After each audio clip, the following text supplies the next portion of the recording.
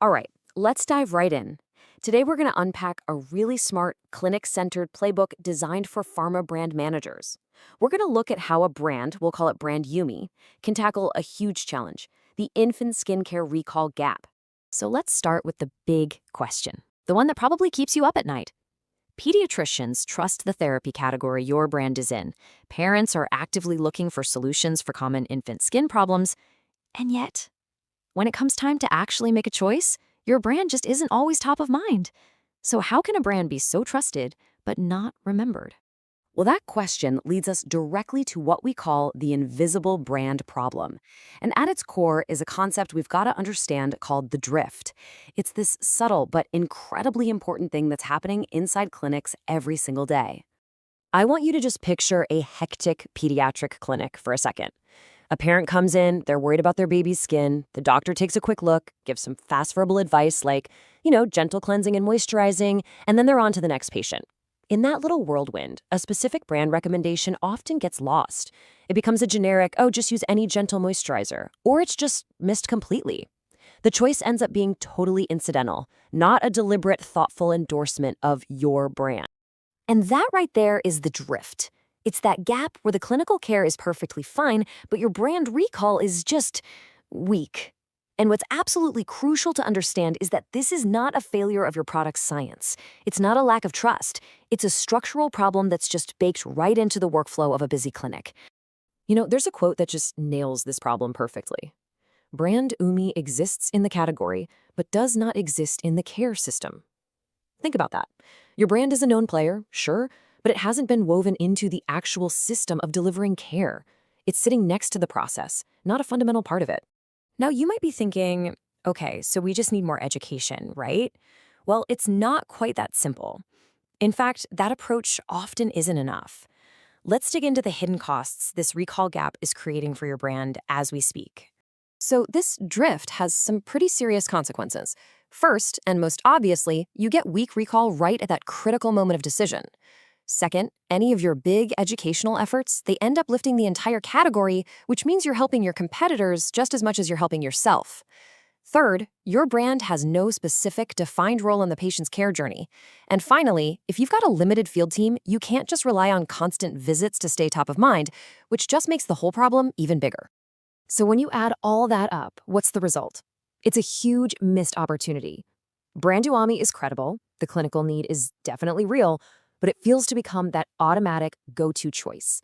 It just stays as one of many options, instead of becoming the default. Okay, so how do we actually fix this? The solution requires a pretty fundamental shift in how we think. We have to move away from just traditional promotion and start thinking about building infrastructure right inside the clinic itself. The solution really rests on 3 pillars. First, we standardize care. That means creating one single reliable tool for skin concerns that both doctors and parents can use. Second, we anchor that guidance to the clinic, making the pediatrician the hero, the source of truth, not some random website.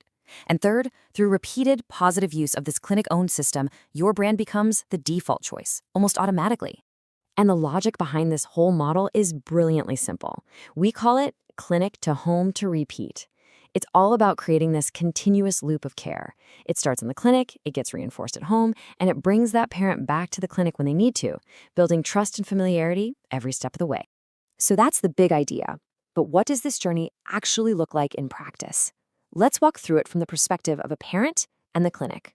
It all starts right here. A parent is sitting in the waiting room, maybe they're a little anxious about a rash on their baby, and they see a simple poster on the wall. They pull out their phone, scan a QR code. It's super simple, no friction, and it meets them right in that moment of concern. So that QR code takes them to a little microsite.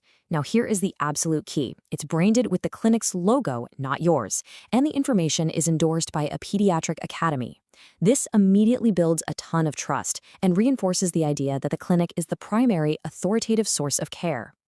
Once they're on the site, they get simple, clear guidance. There might be a green path that offers reassuring steps for home care, like a simple soak and seal routine. For more concerning symptoms, a red path gives them clear information and a direct prompt to contact the clinic.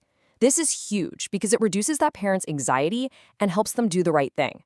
And the outcome of all this is really powerful. Parents feel empowered because they have clear information. They end up contacting the clinic at the right time for the right reasons, and when they do have that consultation, it's way more effective because they're coming in already informed. And so that loop gets completed, and it gets stronger every time. Clinic to home, repeated over and over, builds a powerful habit. That familiarity with this trusted system starts to form long before a brand choice is even a conscious thought. And your brand? Your brand is the one that made that whole positive experience possible. Now, an approach this different demands a new way to measure success. We have to move beyond just counting impressions and start focusing on real, tangible changes in behavior.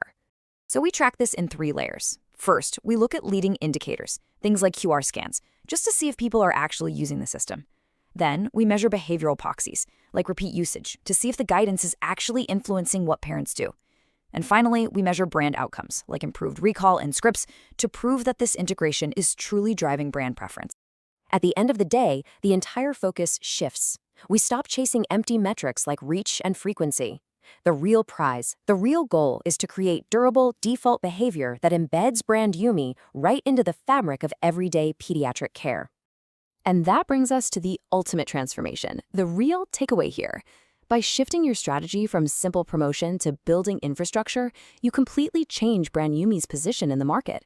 It goes from being just another skincare brand on the shelf to becoming a routine, essential partner at the practice level, earning that quiet, durable trust right where it matters most.